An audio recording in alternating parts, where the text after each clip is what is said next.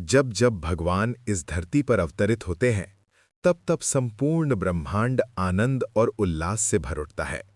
देवता, ऋषि मुनि, सिद्ध, गंधर्व सभी उस दिव्य क्षण की प्रतीक्षा करते हैं जब परम ब्रह्म अपनी लीलाओं के लिए धरा पर प्रकट होते हैं। ऐसा ही अद्भुत और पावन समय था जब श्री कृष्ण भगवान ने ब्रजभूमि में बाल रूप में प्रादुर्भाव किया। जैसे ही ये दिव्य समाचार तीनों लोकों में फैला, हर ओर आनंद की लहर दौड़ गई। देवताओं ने पुष्प वर्षा की, गंधर्वों ने गीत गाए और ऋषि मुनि ध्यान में उस अलौकिक स्वरूप का दर्शन करने लगे। इसी समय कैलाश पर्वत पर अपने धाम में विराजमान देवों के देव महादेव भगवान शंकर गहन समाधि में लीन थे। उनके शरीर पर भस्म लगी हुई थी, जटाएं आकाश की ओर उठी हुई थीं, गले में सर्प लिपटे थे और उनके मुख पर अपार शांति झलक रही थी। अचानक उनकी समाधि भंग हुई। उनके हृदय में अद्भुत आनंद की लहर उठी। उन्हें अनुभव हुआ कि उनके आराध्य, उनके प्रभु, उनके इष्ट स्वयं भगवान श्री हरि बाल रूप में ब्रजभूमि में अवतरित हो चुके हैं। महादेव की आंखों से प्रेमाश्रु बहने लगे।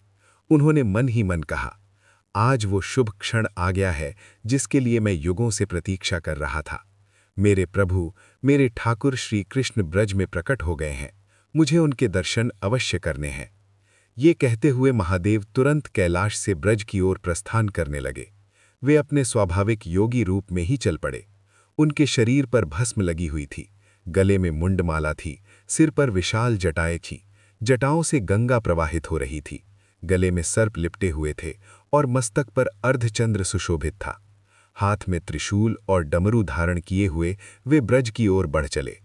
महादेव का ये अलौकिक और भयावह योगी स्वरूप देखकर मार्ग में आने वाले लोग आश्चर्य और भय से भर उठते थे। लेकिन महादेव को केवल एक ही धुन थी, अपने आराध्य के दर्शन। उधर ब्रजभूमि में नंद बाबा के घर आनंद का वातावरण था। पूरे ब्रज में उत्सव मनाया जा रहा था। गोप गोपियां नाच गा रहे थे, हर घर में दीप जल रहे थे और हर मुख पर प्रसन्नता थी। नंद बाबा के आंगन में बालक श्री कृष्ण अपनी बाल लीलाओं से सबका मन मोह रहे थे। माता यशोदा अपने लाला को गोद में लेकर बार बार निहार रही थीं। उनके हृदय में अपार प्रेम उमड़ रहा था। वे अपने लाला को किसी की भी नज़र से बचाकर रखना चाहती थीं। इसी समय महादेव नंद भवन के द्वार पर पहुंचे। उन्होंने द्वार पर खड़े होकर भिक्षा मांगने की पुकार लगाई। अलख निरंजन, भिक्षा दे मैया। महादेव की वाणी में अद्भुत करुणा और प्रेम था। उनकी पुकार सुनकर नंद भवन की सखियां बाहर आई। जैसे ही उन्होंने महादेव का स्वरूप देखा, वे थोड़ी भयभीत हो गईं।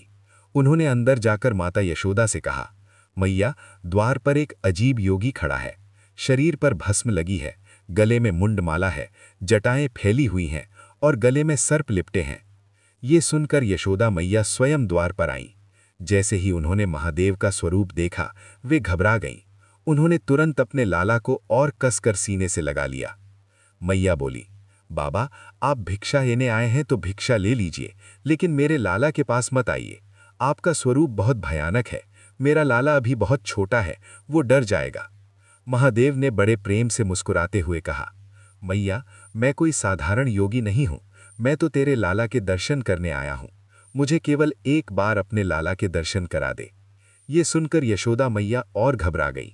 उन्होंने कहा, नहीं बाबा, मैं अपने लाला को किसी डरावने स्वरूप वाले के सामने नहीं ले जाऊंगी। सखियां फिर महादेव के पास गईं और बोलीं, महादेव, मैया कहती हैं कि आपका स्वरूप देखकर लाला डर जाएगा। गले में मुंडमाला है और सर्प लिपटे हैं। महादेव ने प्रेम से हंसते हुए कहा, अरे मैया, तू अपने लाला को पहचानती नहीं। तेरा लाला तो स्वयं सहस्त्र फण वाले शेष नाग पर शयन करता है। इन सर्पों से उसे क्या भय। ये बात सुनकर यशोदा मैया अटारी पर आकर बोली, क्या कह रहे हो बाबा? मेरा लाला किसी सर्प पर नहीं सोता। ऐसा दोष मेरे लाल पर मत लगाओ। तुम मेरे लाला को जानते ही नहीं। मैया के हृदय में अपने पुत्र के प्रति वात्सल्य और ममता उमड़ रही थी। वे किसी भी प्रकार अपने लाला को किसी अनजाने योगी के पास नहीं जाने देना चाहती थीं। सखियां बार बार मैया को समझाने लगीं, मैया, ये कोई साधारण योगी नहीं लगता। इनके स्वरूप में कुछ दिव्यता है। ये बिना लाला के दर्शन किए नहीं जाएंगे। लेकिन यशोदा मैया अपने निर्णय पर अडिग रहीं।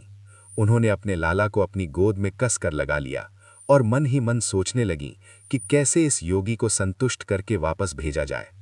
उधर महादेव नंद भवन के द्वार पर बैठे अपने आराध्य के दर्शन की प्रतीक्षा कर रहे थे। उनके हृदय में प्रेम और भक्ति का सागर उमड़ रहा था।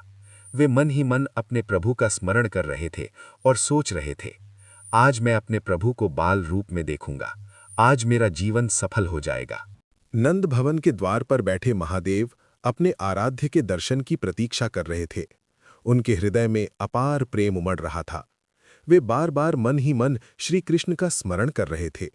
उनके नेत्र बंद थे, लेकिन भीतर ही भीतर वे अपने प्रभु के बाल स्वरूप का ध्यान कर रहे थे। उधर नंद भवन के अंदर माता यशोदा अपने लाला को गोद में लेकर बैठी थीं। वे बार बार अपने लाला का मुख निहार रही थीं। उनके मन में एक ही भाव था, किसी भी प्रकार अपने लाल को किसी की नज़र या भय से बचाकर रखना। लेकिन सखियां बार बार आकर कह रही थीं, मैया, द्वार पर बैठे बाबा साधारण नहीं लगते, उनके चेहरे पर अद्भुत तेज है। वे बार बार कह रहे हैं कि उन्हें केवल लाला के दर्शन चाहिए। यशोदा मैया थोड़ी सोच में पड़ गईं। वे नहीं चाहती थीं कि कोई संत उनके द्वार से निराश होकर जाए। उन्होंने सोचा कि अगर बाबा को भिक्षा देकर संतुष्ट कर दिया जाए तो वे स्वयं ही वापस चले जाएंगे। ये सोचकर यशोदा मैया ने सखियों को आदेश दिया, एक सुंदर थाल तैयार करो, उसमें फल, मिष्ठान और भिक्षा का सामान सजाओ। सखियों ने तुरंत सोने का सुंदर थाल लाकर उसमें तरह तरह के फल, माखन, मिश्री और मिष्ठान्न सजाए। पूरा थाल अत्यंत आकर्षक लग रहा था। यशोदा मैया स्वयं वो थाल लेकर द्वार पर पहुंची। उन्होंने बड़े आदर और विनम्रता से कहा, बाबा, ये भिक्षा स्वीकार कीजिए और मेरे लाला को आशीर्वाद देकर चले जाइए। महादेव ने प्रेम से मैया की ओर देखा। उनकी आंखों में भक्ति और वात्सल्य का सागर उमड़ रहा था।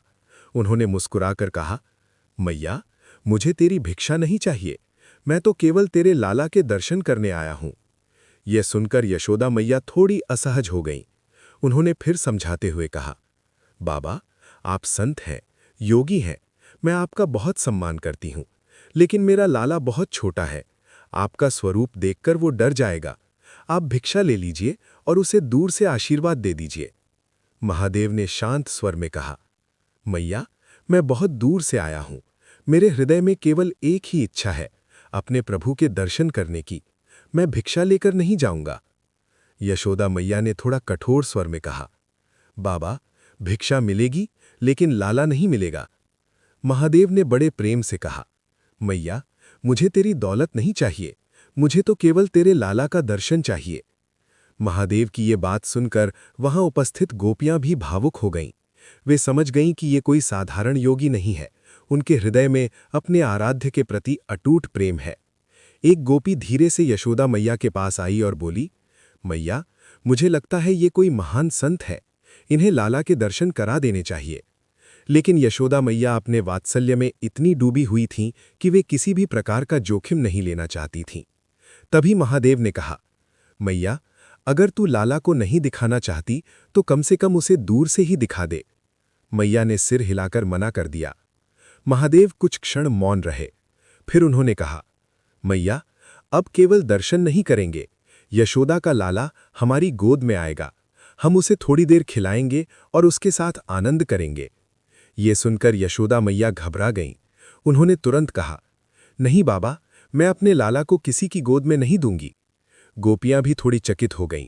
उन्होंने महादेव से कहा, बाबा, इतनी बड़ी शर्त क्यों रख रहे हो? महादेव मुस्कुराए, लेकिन उनके हृदय में अपने आराध्य के प्रति प्रेम और बढ़ चुका था। वे जानते थे कि ये सब प्रभु की लीला है। उधर ठाकुर जी अपनी बाल लीला में मग्न थे। अचानक वे जोर जोर से रोने लगे। उनका रोना इतना तीव्र था कि पूरा नंद भवन घबरा गया।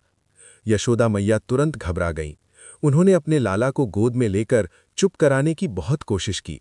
वे उसे झुलाने लगीं, माखन खिलाने लगीं, गीत गाने लगीं, लेकिन ठाकुर जी का रोना बंद नहीं हुआ। धीरे धीरे ठाकुर जी की स्थिति ऐसी हो गई कि ऐसा प्रतीत होने लगा मानो उनकी सांस रुक रही हो। ये देखकर पूरा नंद भवन चिंता और भय से भर गया। गोपियां घबराकर बोलीं, मैया, शायद द्वार पर बैठे बाबा कोई सिद्ध योगी हैं, संभव है कि वो लाला की नज़र उतार सकते हैं। यशोदा मैया दुविधा में पड़ गईं। एक ओर उनका मातृत्व था, जो लाला को किसी के पास नहीं जाने देना चाहता था, और दूसरी ओर अपने लाला की बिगड़ती हालत देखकर उनका हृदय कांप उठा। एक गोपी बोली, मैया, एक बार बाबा को अंदर बुला लो, शायद वही लाला को शांत कर दे। यशोदा मैया की आंखों में आंसू भर आए। उन्होंने लाला को अपने सीने से लगाकर भगवान से प्रार्थना की, हे नारायण, मेरे लाला की रक्षा करो। उधर द्वार पर बैठे महादेव सब कुछ जान रहे थे। वे अपने प्रभु की लीला को समझ रहे थे। वे शांत भाव से प्रतीक्षा कर रहे थे, क्योंकि उन्हें विश्वास था कि अंततः उन्हें अपने प्रभु के दर्शन अवश्य होंगे। नंद भवन के अंदर वातावरण अत्यंत भावुक और चिंताजनक हो गया था। हर कोई ठाकुर जी को शांत करने का प्रयास कर रहा था, लेकिन कोई उपाय सफल नहीं हो रहा था। गोपियां बार बार यशोदा मैया से कह रही थीं, मैया, देर मत करो, बाबा को अंदर बुला लो। यशोदा मैया का हृदय टूट रहा था। अंततः उन्होंने निर्णय लिया कि अब बाबा को अंदर बुलाना ही पड़ेगा। नंद भवन के अंदर वातावरण अत्यंत गंभीर और भावुक हो चुका था। ठाकुर जी का रोना लगातार बढ़ता जा रहा था।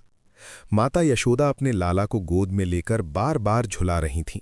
कभी गीत गा रही थीं, कभी माखन खिलाने का प्रयास कर रही थीं, लेकिन ठाकुर जी का रुदन शांत नहीं हो रहा था।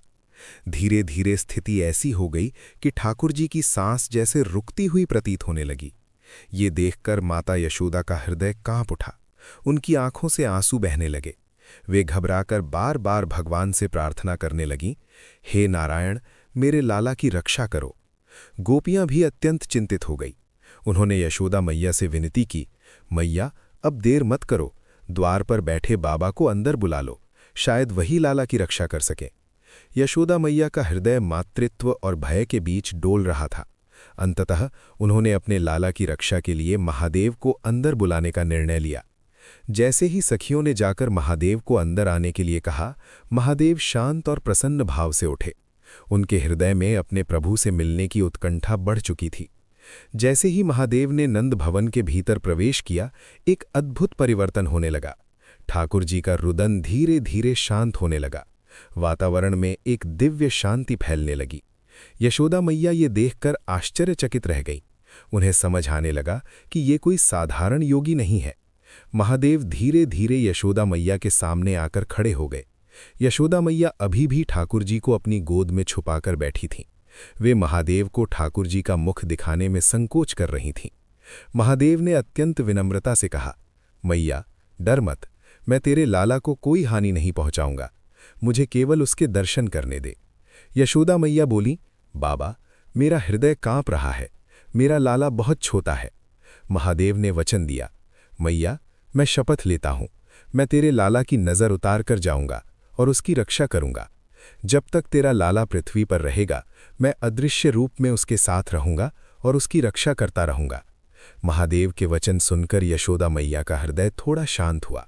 उन्होंने कांपते हाथों से धीरे धीरे ठाकुर जी को महादेव की गोद में सौंप दिया। जैसे ही ठाकुर जी महादेव की गोद में पहुंचे, एक अद्भुत चमत्कार हुआ। ठाकुर जी का रोना तुरंत बंद हो गया। उनके चेहरे पर मुस्कान खिल उठी। महादेव ने जैसे ही ठाकुर जी को अपने हृदय से लगाया, उनकी आंखों से प्रेमाश्रु बहने लगे। उन्होंने बार बार ठाकुर जी के चरणों को अपने मस्तक से लगाया। उनके हृदय में अपार आनंद उमड़ रहा था। महादेव ठाकुर जी को गोद में लेकर धीरे धीरे नृत्य करने लगे। ठाकुर जी भी आनंद में किलकारी मारकर हंसने लगे। पूरा नंद भवन उस दिव्य दृश्य को देखकर भाव विभोर हो गया। कभी ठाकुर जी महादेव की जटाओं को पकड़ लेते, कभी उनके गले में लिपटे सर्प से खेलने लगते। ये दृश्य अत्यंत अद्भुत और प्रेममय था। महादेव अपने प्रभु को प्रसन्न करने के लिए अपनी डमरू और श्रृंगी बजाने लगे। जैसे ही मधुर ध्वनि गूंजी, पूरा वातावरण भक्ति रस से भर गया। ठाकुर जी उस ध्वनि को सुनकर और प्रसन्न हो गए। गोपियां ये दृश्य देखकर विस्मित रह गईं। उन्हें समझ आ गया कि ये कोई साधारण मिलन नहीं, बल्कि स्वयं भगवान और उनके परम भक्त का दिव्य संगम है। कुछ समय तक महादेव ठाकुर जी के साथ प्रेम पूर्वक खेलते रहे। उनका हृदय आनंद से भर गया। अंततः उन्होंने ठाकुर जी को पुनः यशोदा मैया की गोद में सौंप दिया। यशोदा मैया ने अपने लाला को सीने से लगा लिया। उनकी आंखों से भी आनंद के आंसू बहने लगे। महादेव ने हाथ जोड़कर यशोदा मैया से कहा, मैया, तेरा लाला कोई साधारण बालक नहीं है, ये स्वयं परम ब्रह्म है, लेकिन तू धन्य है जो तूने इसे अपने पुत्र रूप में पाया है। फिर महादेव ने आशीर्वाद देते हुए कहा, जब तक तेरा लाला पृथ्वी पर रहेगा, मैं अदृश्य रूप में उसके साथ रहूंगा और उसकी रक्षा करता रहूंगा। ये कहकर महादेव नंद भवन से विदा हो गए, लेकिन उनके हृदय में अपने प्रभु के दर्शन का आनंद सदैव के लिए बस गया।